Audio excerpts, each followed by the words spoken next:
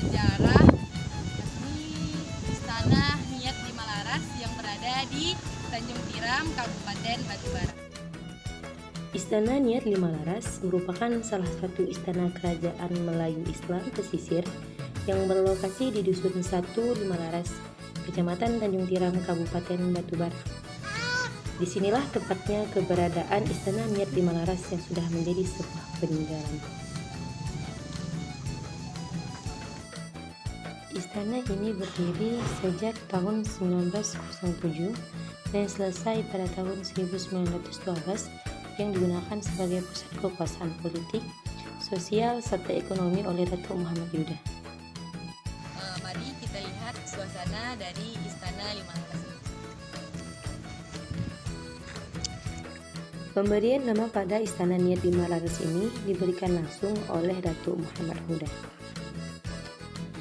Menurut Datuk Arminsyah, Datuk Muhammad Huda diangkat menjadi raja pada tahun 1885 dan memerintah hingga tahun 1919.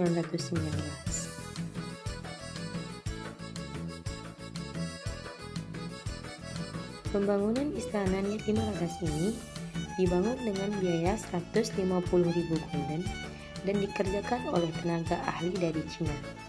Saat melaksanakan pembangunan dipimpin langsung oleh Datuk Muhammad.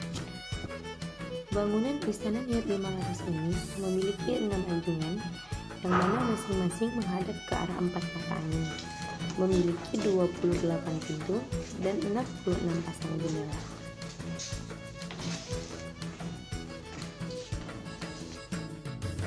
Saat ini, salah satu keunikan yang terdapat pada Istana Niat Lima Laras yakni tangga bingkar yang mempersatukan lantai bawah menuju lantai atas sudah tidak layak.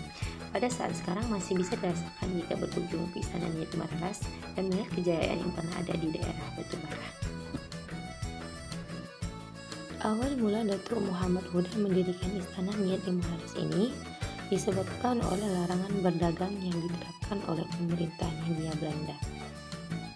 Dengan adanya kebijakan dari Hindia Belanda ini, Datuk Muhammad Huda sering berhadapan dengan pemerintahan Hindia Belanda. Datuk sering berdagang hasil bumi seperti kopra, damar, dan rotan ke Melaka, Malaysia, Singapura, dan Thailand.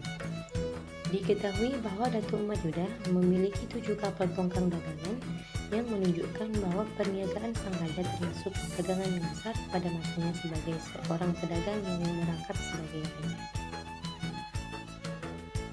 Hal tersebut menyebabkan Belanda menjadi bertindak dengan lebih keras dalam bertindak, dikarenakan Belanda tidak menginginkan mempunyai saingan dalam hal perniagaan di Asia Tenggara. Akibat dari kebijakan tersebut, Datuk pun bernazar untuk membangun istana apabila dapat berhasil dengan selamat dalam berdagangnya. Ternyata Datuk Muhammad Yuda dapat berlabuh di pelabuhan Tanjung Tiram dan juga memiliki keuntungan yang besar dari hasil perdagangan hasil buminya. Kemudian Istana Niat Lima Laras terbangun dengan nama Istana Niat Lima Laras, yaitu keberhasilan dari Datuk Muhammad Yuda dalam melakukan perdagangan hasil bumi.